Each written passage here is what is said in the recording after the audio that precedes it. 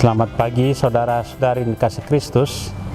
Mari kita mengawali hari baru dengan mendengarkan firman Tuhan yang diambil dari Injil Matius bab 26 ayat 14 sampai dengan 25. Tuhan bersamamu. Inilah Injil suci menurut Matius. Sekali peristiwa, pergilah seorang dari ke-12 murid itu yang bernama Yudas Iskariot kepada imam-imam kepala. Ia berkata, "Apa yang hendak kamu berikan kepadaku supaya aku menyerahkan dia kepada kamu?" Mereka membayar 30 uang perak kepadanya. Dan mulai saat itu Yudas mencari kesempatan yang baik untuk menyerahkan Yesus. Pada hari pertama dari hari raya roti tak beragi, datanglah murid-murid Yesus kepadanya dan berkata, "Di manakah engkau kehendaki kami mempersiapkan perjamuan Paskah bagimu?" Jawab Yesus, "Pergilah ke kota kepada si Anu dan katakan kepadanya, beginilah pesan guru, waktuku hampir tiba. Di dalam rumah mula aku mau merayakan Paskah bersama-sama dengan murid-muridku." Lalu murid-murid melakukan seperti apa yang ditugaskan Yesus kepada mereka dan mempersiapkan Paskah. Setelah hari malam, Yesus duduk makan bersama dengan ke-12 murid itu. Dan ketika mereka sedang makan, ia berkata, "Aku berkata kepadamu, sesungguhnya seorang di antara kamu akan menyerahkan aku." Dan dengan hati yang sangat sedih berkatalah mereka seorang demi seorang kepadanya, "Bukan aku ya Tuhan?" Yesus menjawab, "Dia yang bersama-sama dengan aku mencelupkan tangannya ke dalam pinggan ini, dialah yang akan menyerahkan aku. Anak manusia memang akan pergi sesuai dengan yang ada tertulis tentang dia. Tetapi celakalah orang yang olehnya anak manusia itu diserahkan. Adalah lebih baik bagi orang itu sekiranya ia tidak dilahirkan." Yudas yang hendak menyerahkan Yesus itu menyahut, "Bukan aku ya Rabi?" Kata Yesus kepadanya, "Engkau telah mengatakannya." Demikianlah sabda Tuhan. Saudara-saudari yang dikasih Kristus, tema yang akan kita renungkan hari ini, pengkhianatan Yudas. Injil hari ini mengisahkan tentang pengkhianatan Yudas dan perjamuan Paskah. Matius memperjelas kisah pengkhianatan dengan menggambarkan Yudas yang pergi menjual Yesus kepada imam-imam. Mereka membayar Yudas seharga 30 keping perak, lalu Yudas menunggu waktu yang tepat untuk menyerahkan Yesus. Yesus kemudian menyadari hal itu sehingga perjamuan Paskah bersama murid-muridnya digunakan sebagai momen perpisahan yang amat mendalam. Pengkhianatan selalu berasal dari hati yang jahat.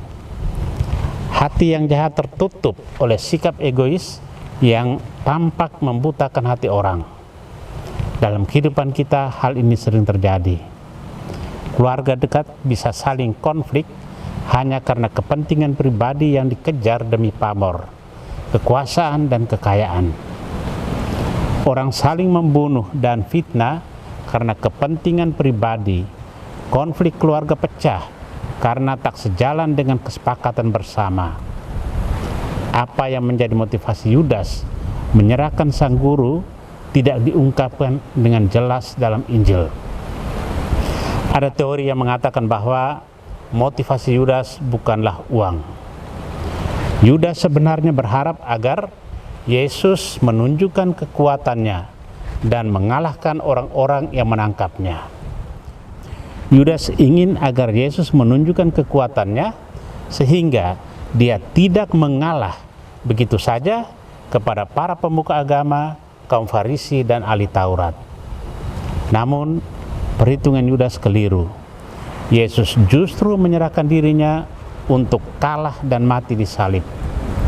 Karena kecewa, maka Yudas bunuh diri dengan menggantungkan diri.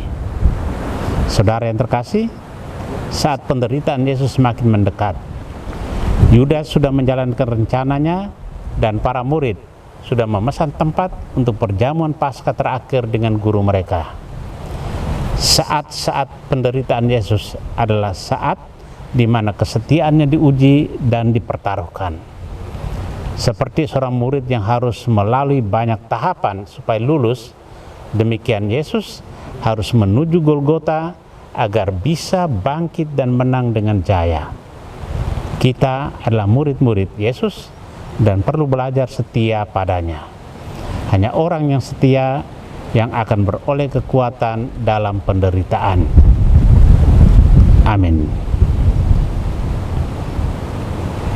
Marilah kita berdoa. Tuhan, pagi ini kembali kami naikkan syukur dalam doa dan permohonan. Terima kasih sudah menjaga kami saat tidur maupun bangun. Terima kasih untuk udara sejuk dan segar pagi ini.